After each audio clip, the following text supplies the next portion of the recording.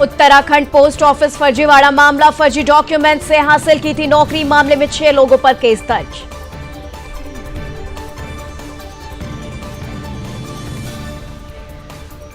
देहरादून में धर्म के नाम पर अफवाहें फैलाने वालों पर शिकंजा, सोशल मीडिया का सहारा लेने वालों पर पुलिस का प्रहार, लोगों के खिलाफ कानूनी रूप से की जाएगी कार्रवाई। टिहरी के कोट गांव में 28 परिवारों का किया जा रहा विस्थापना, भूस्खलन को देखते हुए प्रभावितों की हो रही शिफ्टिंग, सभी को सुरक्षित स्थान पर किया जा रहा विस्थापित।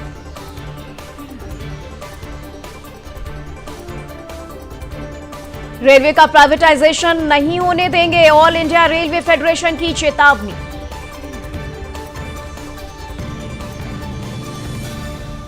पौड़ी में अपर निदेशक ने जिला सूचना कार्यालय का किया निरीक्षण, कार्यालय में पंजिका सुव्यवस्थित मिलने पर व्यक्त किया संतोष, कहा योजनाओं को जनता तक पहुंचाने में मीडिया की भूमिका महत्वपूर्ण। ओपी सूर्य समाधान की टीम पहुंची सितारगंज, एक्स आर्मी फौजियों से टीम ने किया संवाद, रिटायर्ड फौजियों की समस्याओं को सुना।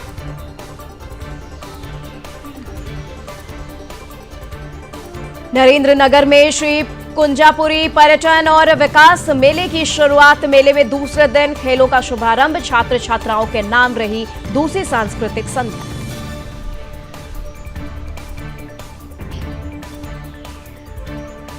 पौड़ी में ठेकेदारों ने पैच भराई के काम का किया बहिष्कार, जब तक नहीं मानी जाएगी मांगे तब तक धरना जारी, ठेकेदारों का आरोप नहीं हो रहा समस्याओं का समाधान।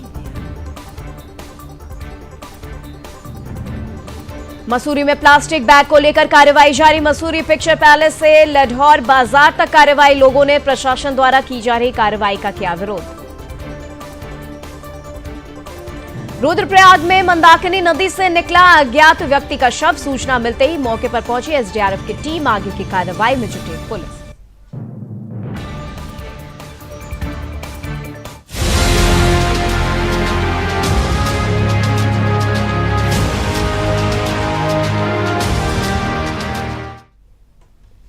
नमस्कार, अपना उत्तराखंड में आपका स्वागत है। मैं हूं आपके साथ निम्न सिन्हा और चलिए आपको उत्तराखंड की बड़ी खबरों से रूबरू करते हैं।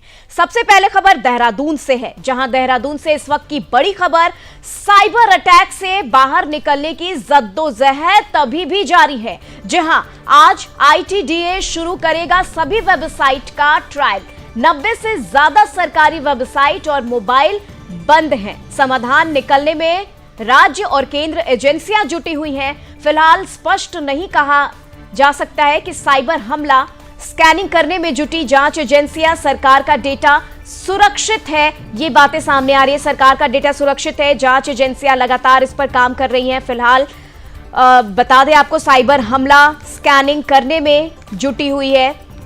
साइबर अटैक से बाहर निकलने की जद्दोजहद अभी भी जारी है। 90 से ज्यादा सरकारी वेबसाइट और मोबाइल बंद है, जिस कारण कई कार्यालय में काम भी ठप पड़ा है। समाधान निकालने में राज्य और केंद्र एजेंसियां लगातार जुटी हुई हैं। इसी दौरान सरकारी किसी भी तरह की फाइल या किसी भी तरह के नुकसान की कोई खबर नहीं है। सरकार का डेटा सुरक्षित बताया जा रहा है। बता दें, देहरादून से खबर है, जहां साइबर अटैक से बाहर निकलने की जद्दोजहद जारी है। आज आईटीडीए वेबसाइट का ट्रायल जारी करेगी। 90 से ज्यादा सरकारी वेबसाइट और मोबाइल बंद पड़े हैं, कामकाज ठप पड़ा है। समाधान निकालने में राज्य और केंद्र एजेंसियां जुटी हुई हैं। फिलहाल स्पष्ट नहीं कहा जा सकता है कि साइबर हमला, स्कैनिंग करने में जुटी हुई है। जांच एजेंसियां, सरकार का डेटा सुरक्षित है, ये खबर सामने आ रही है। तो किसी भी तरह के नुकसान की कोई खबर नहीं आ रही है।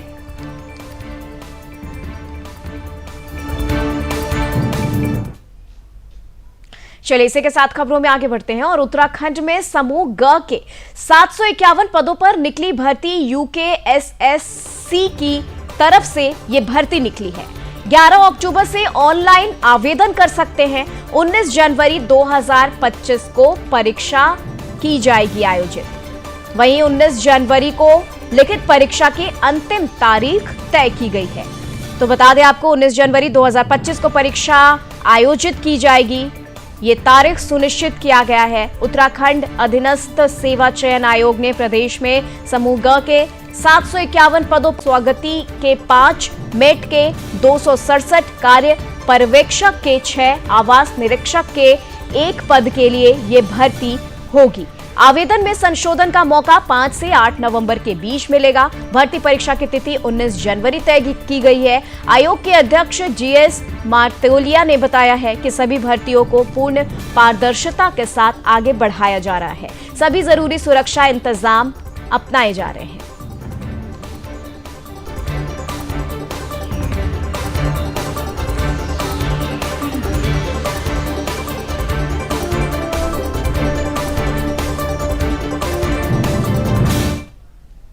चलिए इसी के साथ खबरों में आगे बढ़ेंगे और भारतीय पोस्ट ऑफिस के उत्तराखंड रीजनल पोस्ट ऑफिस में ग्रामीण डाक सेवकों की भर्ती के लिए 1238 पदों का अधियाचन डायरेक्टर पोस्ट ऑफिस को भेजा गया है।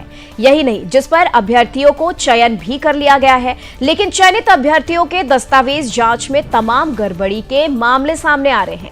दरअसल शुरुआती जांच के आधार पर रीजनल पोस्ट ऑफिस उत्तराखंड के 2 डिवीजन चमोली और अल्मोड़ा में फर्जी तरीके से भर्ती में पास होने का मामला सामने आया है, जिसके चलते दोनों डिवीजन के 6 लोगों के खिलाफ FIR दर्ज करवाई गई है। उत्तराखंड राज्य में GDS भर्ती में फर्जी दस्तावेज का मामला इस वजह से भी चर्चा में बना हुआ है क्योंकि साल 2024 में उत्तराखंड में ग्रामीण डाक सेवक के लिए जिन युवाओं का चयन हुआ है उनमें से अधिकांश हरियाणा और पंजाब समेत अन्य राज्यों के हैं। इसके साथ ही इस भर्ती में उत्तराखंड के बेहद कम युवाओं का चयन हुआ है। सोशल मीडिया पर तमाम वीडियो वायरल हो रहे हैं जिसमें दिखाया गया है कि चयनित युवाओं को हिंदी लिखनी नहीं आती है, बावजूद इसके उनका चयन ग्रामीण डाक सेवक के लिए हो चुका है, जिसके चलते इस पूरे मामले पर रीजनल पोस्ट ऑफिस जल्द ही पोस्ट ऑफिस डायरेक्टर को पत्र लिखने जा रहा है ताकि इस मामले पर कोई कड़ा एक्शन लिया जा सके। ये भी बता दें, उत्तराखंड में पोस्ट ऑफिस के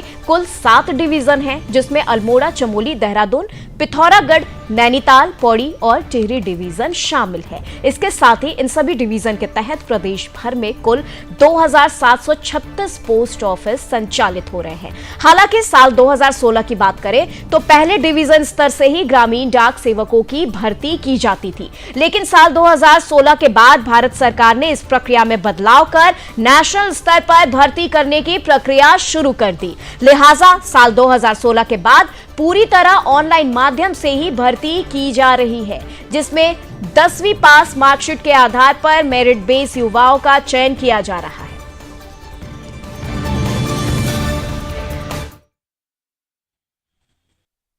अच्छा, जैसे कि हमारा शेड्यूल चल रहा है वो GDS ऑनलाइन हमारा रिक्रूटमेंट होता है।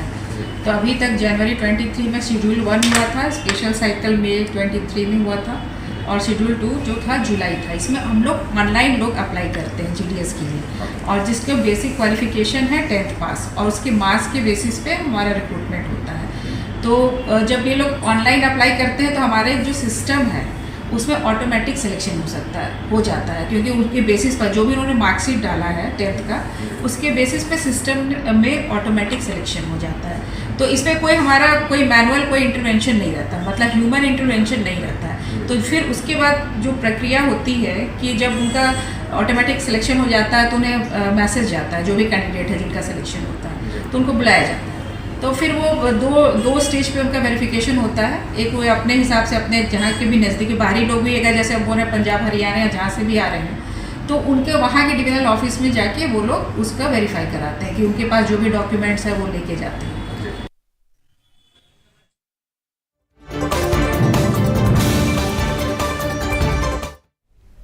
इसी के साथ आगे बढ़ते हैं और आए दिन सोशल मीडिया पर कई तरह के वीडियो वायरल होते हैं और कई बार गलत जानकारी के साथ शरारती तत्व माहौल खराब करने की कोशिश भी करते हैं, जिस पर अब कार्रवाई करने के लिए पुलिस सख्त नजर आ रही है, जिसके साथ ही अफवाहों पर ध्यान न देने का संदेश भी पुलिस पहुंचा रही है। इसको लेकर SSP अजय सिंह का कहना है कि कुछ समय से ऐसा देखने में आया है कि किसी धर्म पर आधारित कोई प्रकरण आता है तो लोग धार्मिक रूप से आवेश में आकर प्रतिक्रिया धमकियां देते हैं। तो उनसे यही अपील है कि अगर कोई ऐसा मामला आता है तो पुलिस अपना काम कर रही है। उन्होंने कहा कि सही सच्चाई जानने के लिए कम से कम पुलिस को 100 से 15 घंटे लगते हैं, लेकिन कुछ शरारती तत्व उभर रहे हैं जो लोगों को उकसाने का काम करते हैं, गलत खबरों का प्रचार प्रसार करते हैं। एसएसपी ने चेतावनी देते हुए कहा कि जो किसी भी मामले में धार्मिक भावनाओं से खेलने के लिए सोशल मीडिया का सहारा लेते हैं, इंटेलिजेंस की टीम नजर बनाए हुए है। ऐसे लोगों के खिलाफ कानून का शिकंजा कसा जाएगा। जानने के लिए थोड़ा वक्त दें। देखिए आज का विगत कुछ समय से ऐसा देखने में आया कि कहीं ना कहीं जब विभिन्न समुदाय का हो या विभिन्न धर्म का आधारित कोई प्रकरण आता है तो कहीं ना कहीं लोग धार्मिक रूप से इसमें आवेश में आने की और प्रतिक्रिया ज़्यादा कर रहे हैं। तो इसमें मेरी सभी से अपील है कि ऐसे कोई भी इंडिविजुअल मैटर अगर होते हैं तो उसमें पुलिस अपना काम कर रही है। जिस तरह आपने देखा कि पूर्व में भी 1-2 इंसिडेंट हुए थे, तत्काल अभियुक्तों की गिरफ्तारी करना या साक्ष्य संकलन करने के लिए उसमें विभिन्न टीमें तत्काल लगा दी जाती है। तो मैं यही अपील करूंगा कि इसमें संयमित रहें और सही सच्चाई जानने के लिए कम से कम पुलिस को 10 से 15 घंटे लगते हैं और उस सही तथ्य आने के बाद जो है उसमें सभी के सामने शेयर किया जाता है।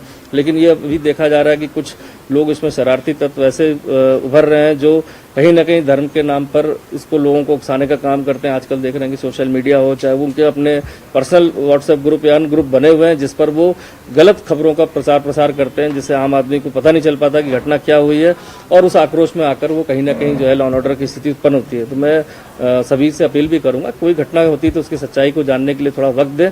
देखिए आज का चलिए अगली खबर टिहरी जिले से आ रही है, जहां के टिहरी गढ़वाल जिले में बालगंगा तहसील के बूढ़ा केदार क्षेत्र में स्थित कोट गांव में पिछले कई सालों से भूस्खलन जारी है, जिसको देखते हुए ग्रामीणों का विस्थापना किया जा रहा है। ग्राम कोट के 28 परिवारों के विस्थापना की कार्रवाई की जा रही है। कोट गांव टिहरी जिले के बालगंगा तहसील में आता है। भूवैज्ञानिकों ने ग्राम कोट में कई स्थानों पर भूस्खलन के क्षेत्र विकसित होने की बात कही है। इससे क्षेत्र में किसी बड़ी घटना की आशंका बनी हुई है। सुरक्षा की दृष्टि से विस्थापना के लिए प्रस्तावित भवनों और नवनिर्मित भूस्खलन प्रभावित क्षेत्रों के पास कोई भी परिवार निवास न करे, ये आदेश दिया गया है। इसके लिए 28 प्रभावित परिवारों का विस्थापना किया जा रहा है। प्रदेश के आपदा प्रबंधन सचिव विनोद कुमार सुमन ने बताया कि कोट गांव के प्रभावितों की शिफ्टिंग का कार्य जारी है। जिलाधिकारी ने जितने धनराशि की मांग की थी वो दे दी गई है। सभी को सुरक्षित स्थान पर विस्थापित किया जा रहा है।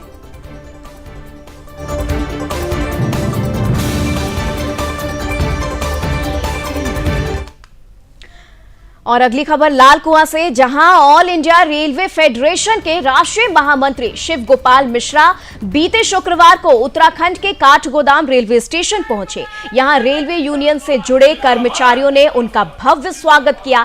इस दौरान उन्होंने बताया कि रेल मंत्रालय 13 साल बाद रेलवे की यूनियन को फिर से मान्यता और वेरिफिकेशन करने जा रहा है, जो एक अच्छी पहल है। इस दौरान उन्होंने ये भी कहा कि यूनियन पिछले 100 सालों से रेलवे के कर्मचारियों के हक की लड़ाई लड़ रही है। ऑल इंडिया रेलवे फेडरेशन सबसे पुरानी यूनियन है। यूनियन का प्रयास पुरानी पेंशन बहाली कराने के साथ ही नई पेंशन योजना के लिए नौकरी की अवधि 25 साल से घटाकर 20 साल कराने का है। इसके अलावा रेलवे में ऐसे बहुत से काबिल कर्मचारी हैं जिनकी पदोन्नति नहीं हो पाई है, उनकी लड़ाई भी यूनियन लड़ रहा है। इसके अलावा रेलवे कर्मचारियों के आवास और बोनस वृद्धि को लेकर भी रेल मंत्रालय से लगातार बात की जा रही है। पिछले 8 सालों में रेलवे कर्मचारियों के बोनस में वृद्धि नहीं हुई है। वहीं बता दें AIRF के महामंत्री ने कहा है कि रेल को बेचने और निजीकरण की योजना को भी पूरा नहीं होने दिया जाएगा। रेलवे धरोहर है और इस धरोहर के साथ खिलवाड़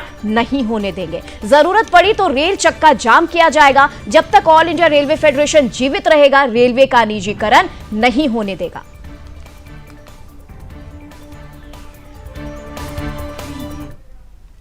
तक समस्याओं का सवाल है, हमारे कर्मचारियों की प्रोन्नतियों के सवाल हैं। हम LDC ओपन की मांग कर रहे हैं। अभी हमने UPS से लड़कर के लेने का काम किया है, जिसमें गारंटीड पेंशन का वायदा है। फैमिली पेंशन दी गई है, मिनिमम पेंशन दी गई है, लेकिन हम चाहते हैं कि ये जो 6 महीने बाद में देने की बात कही जा रही है, ये 10% जो है वो इसको देने का काम किया जाए कम से कम। उसके लिए हम लोग आने वाले समय में स्टाफ साइड उस पर बातचीत करेगी। जो 20 साल अभी मिनिमम क्वालिफाइंग सर्विस थी उसको 25 साल किया गया है, उस पर भी हम लोग बातचीत करके उसमें भी सुधार करवाएंगे, 20 साल लाने का काम करेंगे। हमारे तमाम ट्रैकमैन साथी हैं, पढ़े लिखे लोग हैं, दूसरे जो असिस्टेंट में आए हैं, तो उनके लिए हम लोग LDC ओपन की मांग कर रहे हैं कि उनको LDC ओपन किया जाए और डायरेक्ट रिक्रूटमेंट में कमी लाई जाए। चलिए इसी के साथ खबरों में आगे बढ़ रहे हैं। उत्तराखंड के सूचना और लोक संपर्क विभाग के अपर निदेशक आशीष कुमार त्रिपाठी बीते शुक्रवार को एक दिवसीय जनपद भ्रमण कार्यक्रम पर पौड़ी पहुंचे। उन्होंने जिला सूचना कार्यालय पौड़ी का निरीक्षण किया। इस दौरान उन्होंने कार्यालय पटल सहायकों से कार्यों की जानकारी लेते हुए पत्रावलियों का निरीक्षण भी किया और आवश्यक दिशा निर्देश भी दिए। सीएम धामी के दिशा निर्देशों के क्रम में अपर निदेशक ने जिला सूचना कार्यालय पौड़ी का निरीक्षण करते हुए डिस्पैच पंजिका, डाक पंजिका, समाचार पत्र, निरीक्षा पंजिका सहित अन्य का अवलोकन किया है। उन्होंने कहा है कि दैनिक अखबारों को प्रतिदिन समाचार निरीक्षा पंजिका में दर्ज करना सुनिश्चित करें। कार्यालय में सभी पंजिका सुव्यवस्थित पाए जाने पर उन्होंने संतोष व्यक्त किया। उन्होंने सूचना कार्यालय भवन की जर्जर स्थिति को देखते हुए नया भवन तलाशते हुए वहां कार्यालय शिफ्ट करने के निर्देश दिए। अपर निदेशक ने जनपद भ्रमण के दौरान मीडिया से वार्तालाप भी की।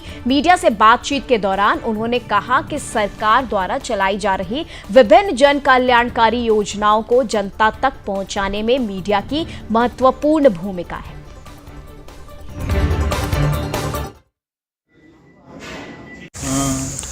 माननीय मुख्यमंत्री जी की अपेक्षा थी कि सूचना विभाग के अधिकारी जिलों में जाए और जिलों का भ्रमण करें, जिलों की मीडिया से मिले, मीडिया के संबंध में क्या दिक्कतें आ रही हैं उसका फीडबैक लें। इस क्रम में मैं आज पौड़ी आया, अपने जिला सूचना कार्यालय का निरीक्षण किया। कार्यालय की स्थिति ऐसी है कि उसको दूसरी जगह ट्रांसफर करने की जरूरत है। इस संदर्भ में DIO को निर्देशित किया कि आवश्यक कार्रवाई कर लें और जो जिले की मीडिया है उसके साथ हमारी भेंट हुई और उन्हें बातचीत रखा और सरकार की योजनाओं के बारे में उनको जानकारी दी। मीडिया के द्वारा मुख्यतः प्रेस मान्यता को उसके कोटे को लेकर अपना आवेदन किया गया है कि इसको बढ़ाया जाए। जैसा कि CM सर ने पहले ही कह दिया है कि इसके कोटे को बढ़ाया जा रहा है और तहसील स्तर पर भी प्रेस मान्यता होगी। इस संदर्भ में मीडिया को अवगत कराया गया और बताया गया कि जो प्रस्ताव शासन के पास, नियमावली शासन के पास है और जल्दी से जल्दी इस पर काम शुरू हो जाएगा। वहीं पिथौरागढ़ से चलकर आर्मी की OP सूर्य समाधान की टीम चंपावत, टनकपुर, बनवास, खटीमा, नानक मुत्ता होते हुए एक्स आर्मी फौजियों से संवाद करने सितारगंज पहुंची। वहीं एक्स आर्मी फौजियों ने पिथौरागढ़ से आई OP सूर्य समाधान टीम का स्वागत किया। बता दें कि आर्मी की टीम रिटायर्ड हुए फौजियों का हालचाल और समस्याएं सुनने के लिए पिथौरागढ़ से होते हुए चंपावत, टनकपुर, बनबसा, खटीमा, नानक मत्ता, सितारगंज होते हुए रुद्रपुर भी पहुंचेगी।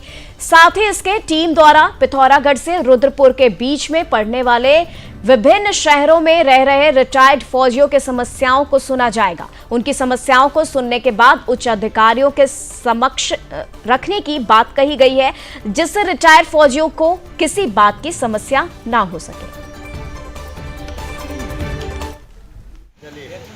आज उनका ये मिशन यही था कि वो पिथौरागढ़ से लेकर के रुद्रपुर तक के बीच में जो एक्सर्विसमैन या वीर नारियां हैं उनकी समस्याओं को सुनना और उसका समाधान गवर्नमेंट से बोल करके समाधान कराना, यही उनका उद्देश्य था। वो सर पिथौरागढ़ से चले हैं और ये एक्सपीडिशन जो है रुद्रपुर तक जाएगा।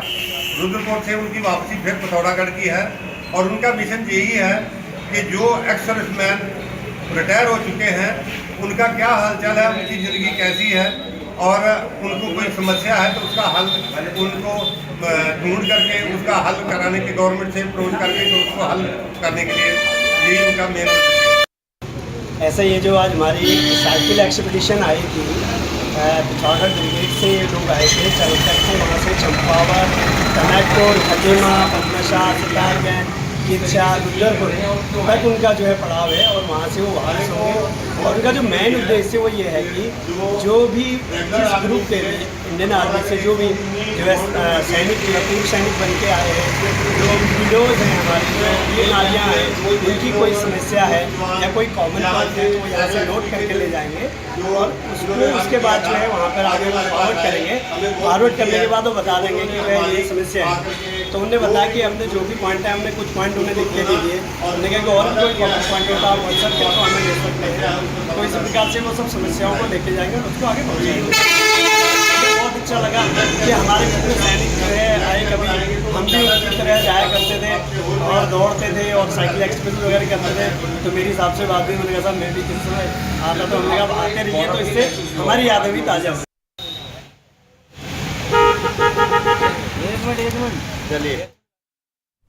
तो चलिए इसी के साथ खबरों में आगे बढ़ते हैं और 8 दिवसीय श्री कुंजापुरी पर्यटन और विकास मेले के दूसरे दिन कैबिनेट मंत्री सौरभ बहुगुणा ने मेले में मुख्य अतिथि के रूप में प्रतिभाग किया है। बीते शुक्रवार को मुख्य बाजार नरेंद्र नगर में मुख्य अतिथि सौरभ बहुगुणा ने खेल प्रतियोगिता का ध्वजारोहण और द्वीप प्रज्वलित कर विधिवत उद्घाटन किया। इस मौके पर कैबिनेट मंत्री सुबोध उनियाल सहित अन्य गणमान्य उपस्थित रहे। मुख्य अतिथि सौरभ बहुगुणा ने वॉलीबॉल प्रतियोगिता के प्रतिभागियों से मुलाकात की और रिबन काटकर पुरुष और महिला वॉलीबॉल ओपन प्रतियोगिता का शुभारंभ भी किया। इस मौके पर कैबिनेट मंत्री जी द्वारा विभिन्न विभागों द्वारा स्थापित जन कल्याणकारी योजनाओं से संबंधित स्टॉलों का निरीक्षण किया गया। वहीं मुख्य अतिथि ने यह भी कहा कि खेल एक ऐसी चीज है जो खिलाड़ियों के अंदर जीत और टीम भावना को उजागर करती है। समाज में नशा सबसे बड़ी समस्या है और युवा इससे मुक्ति पाने में सक्षम है। खेल ही नई पीढ़ी को नशे से दूर रख सकता है। मेले की दूसरी सांस्कृतिक संध्या छात्र छात्राओं के नाम रही। विभिन्न विद्यालयों के छात्र छात्राओं ने विभिन्न सांस्कृतिक प्रस्तुतियों से श्रोताओं को मंत्रमुग्ध कर दिया। बच्चों का कहना था कि इस तरह के सांस्कृतिक और खेलकूद प्रतियोगिताओं में भाग लेने से उन्हें सीखने का बहुत कुछ मौका मिलता है, जिसे वे अपने जीवन में अपनाकर इस दिशा में अपने सुखद भविष्य का निर्माण कर सकते हैं। बच्चों का ये भी कहना था कि इस तरह के कार्यक्रम होते रहने से बच्चों में सीखने और आगे बढ़ने का उत्साह बना रहता है।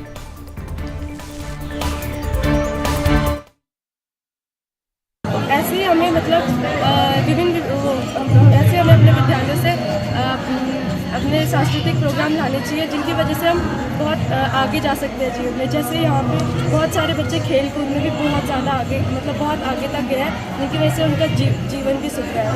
तो मैं तो यही कहना चाहूँगी कि हमें लोगों को देख के प्रेरित होना चाहिए कि वो कैसे अपने आप को अपनी प्रस्तुति देते हैं मंच पर। जैसे हम जब यहाँ आते हैं तो हम हर साल कुछ सीख के जाते हैं। हम पिछली बार गए थे तो हमने कई बच्चों का प्रोग्राम देखा, यहाँ राजस्थानी, यहाँ गढ़वाली, तो बाहर के मतलब कुछ अच्छे प्रोग्राम, बहुत सारे अच्छे प्रोग्राम आते हैं और हम ये हमेशा पॉजिटिव थिंग सोच के आते हैं कि हम अच्छा ही करेंगे। हम जब कभी भी स्टेज में अगर हम जाए तो हॉपलेस नहीं होना चाहिए। अगर हम हॉपलेस होंगे तो सबसे मतलब वो जा जाता है, डाउन चल जाता है। अगर हम अपने पे पॉजिटिव रखेंगे तभी हम आगे होते हैं। और मुझे यहाँ जितनी बार मैं यहाँ आई मुझे उतनी बार यहाँ सीखने के लिए मिला और हमारी हॉस्टल वाली मैम्स भी हमें बहुत सपोर्ट करती हैं हर चीज़ के लिए। अच्छा ही आएगा, मतलब हमने जो अगर हम कुछ आएंगे वो फिर भी हमने बहुत अच्छा किया, हमारे लिए तो बहुत ही अच्छा था और हम चाहते हैं कि हमने इस समय जैसा किया उससे भी अच्छा हम अगली बार करें।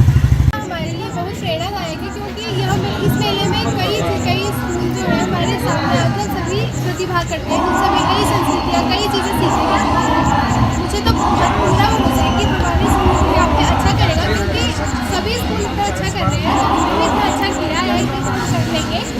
यहाँ पर ना कई चीज़ें कई टैलेंट शो कराए जाते हैं जिससे हमें प्रेरणा मिलती है आगे बढ़ने की, क्योंकि यहाँ पर कई लोग छोटे स्टेज पर जाकर बड़े स्टेज पर जा चुके हैं, जिससे हमें कई ज़्यादा प्रेरणा मिलती है। इससे बच्चे बहुत सीखते हैं। हमारे मेरे स्कूल में बच्चे हमें प्रतिस्पर्धा आती है और वो देख रहे हैं अगली बार वो कहते हैं मैम ऐसे करेंगे और हम इससे और अच्छा करेंगे।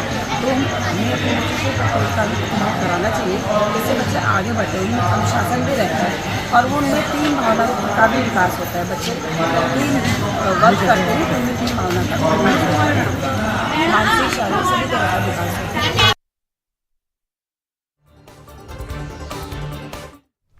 वहीं अगली खबर पौड़ी जिले से आ रही है, जहां की अपर सचिव लोक निर्माण विभाग धीरज सिंह गोबरियाल के द्वारा लोक निर्माण विभाग के मुख्य अभियंता सड़कों पर पड़े गड्ढों की पैच भारी को लेकर निर्देश दिया गया है और लेकिन प्रदेश भर में ठेकेदार द्वारा जारी निविदाओं का बहिष्कार कर रहे हैं। ऐसे में सरकार के आगे सड़कों के सुधारीकरण को लेकर चुनौती खड़ी हो गई है। पौड़ी में हिमालयन संविदाकार ठेकेदार समिति के बैनर तले ठेकेदारों ने अनिश्चितकालीन धरना प्रदर्शन शुरू कर दिया। ठेकेदार संघ के अध्यक्ष संतान सिंह और सचिव प्रदीप असवाल ने नाराजगी जताते हुए कहा कि बड़े कामों के लिए सरकार प्रदेश से बाहर के ठेकेदारों को आमंत्रित कर रही है, लिहाजा पैच भरी जैसे छोटे कामों के लिए स्थानीय ठेकेदारों को इस्तेमाल करना स्थानीय ठेकेदारों के साथ छलावा है। इस दौरान उन्होंने प्रदेश सरकार से लंबित मांगों पर जल्द निर्णय लेते हुए उसका समाधान करने की मांग की है। बता दें आपको, यहां पर यह भी कहा गया कि जल्द ठेकेदारों की समस्याओं का समाधान नहीं होता है तो आंदोलन को चरणबद्ध तरीके से और उग्र किया जाएगा। धरना प्रदर्शन में सुबोध नौटियाल, सुनील नेगी, अर्जुन नेगी, संजय राउत, शोभा राम चमोली, दीपक, अमित बुटोला, जयदीप जुयाल आदि भी मौजूद रहे। देखिए, जनपद में पूरे प्रदेश के स्तर पे वो बात चल रही है इसमें, तो इसमें शासन स्तर पे एक बार वार्ता हो चुकी है उनकी और कुछ दिनों बाद फिर दोबारा एक बार और जरूर इसमें बात होगी और इसी बीच में बिल्कुल उनकी मांगे जायज़ है। ये हमारा व्यवसाय नहीं बल्कि एक रोजगार है और उत्तराखंड में जो है जिस ढंग से इन्होंने जो है बड़ी बड़ी जो निविदाएं लगाई हैं वो जो है यहाँ के लोगों के हित में नहीं है। हम चाहते हैं कि छोटी निविदाएं की जाए, सरल की जाए और ताकि जो है हर व्यक्ति जो है अपना रोजगार के लिए अपना काम कर सके। लेकिन ये बहुत गलत बात है। पब्लिक के आवाज़ सुननी चाहिए सरकार को, क्योंकि पब्लिक के द्वारा ही सरकारें बनती हैं और मैं समझता हूँ कि ये जो है पलायन का भी मेन कारण है कि लोगों को रोजगार नहीं मिल पा रहा है। जब लोग रोजगार नहीं होगा तो निश्चित ही पलायन होगा और जब पलायन होगा तो उत्तराखंड बनने का कोई औचित्य ही नहीं रह जाएगा। हमारा ये भी निवेदन है सरकार से कि इसमें सरकार को सिर्फ पॉलिसी बदलनी है, एक भी पैसा जो है सरकार का नहीं लगना है और लोगों को रोजगार बदलने से ही रोजगार लोगों को मिल जाएगा। बहुत सारे लोग इसमें जो है इन्वॉल्व हो जाएंगे और अपने रोजी रोटी में लगे रहेंगे। धरना प्रदर्शन करना किसी की मजबूरी हो सकती है, कोई शौक नहीं हो सकता है, लेकिन जो भी लोग यहाँ पे बैठे हैं वो मजबूरी में बैठे होंगे, शौक की वजह से तो नहीं बैठे होंगे, ये मेरा मानना है। बैठक हो रही कोई बात नहीं, अगर वो बैठक कर रहे हैं चाहे चीफ से कर रहे कोई बात नहीं। गड्ढे तो हमने भरने हैं ना, गड्ढे तो हमने मना कर दिए, चाहे अधिकारी में कितने भी प्रेशर। तो चलिए फिलहाल के लिए अपना उत्तराखंड में बस इतना ही। देश दुनिया की तमाम खबरों के लिए आप देखते रहें सुदर्शन न्यूज। जय हिंद।